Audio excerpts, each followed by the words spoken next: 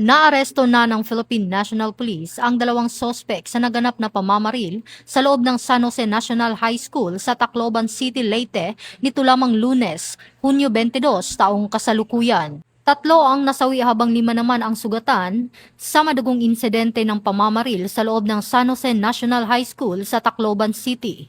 Ayon sa PNP, nadakip ang isa sa mga sospek sa loob mismo ng paaralan matapos ang insidente, habang ang ikalawang sospek ay naaresto sa isinagawang hot pursuit operation ng mga otoridad.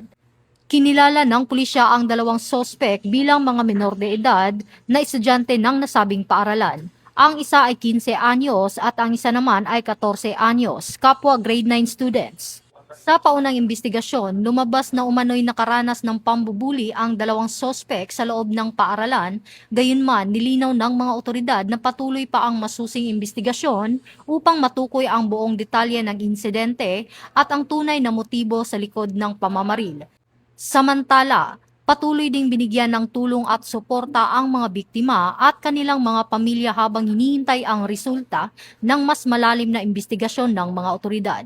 Ang insidenteng ito ay paalala ng kahalagahan ng pagkakaroon ng ligtas na kapaligiran sa loob ng paaralan. Hinihikayat ang lahat na agad i-report sa mga otoridad ang anumang uri ng bullying, banta o kahina-hinalang kilos upang maiwasan ang ganitong trahedya.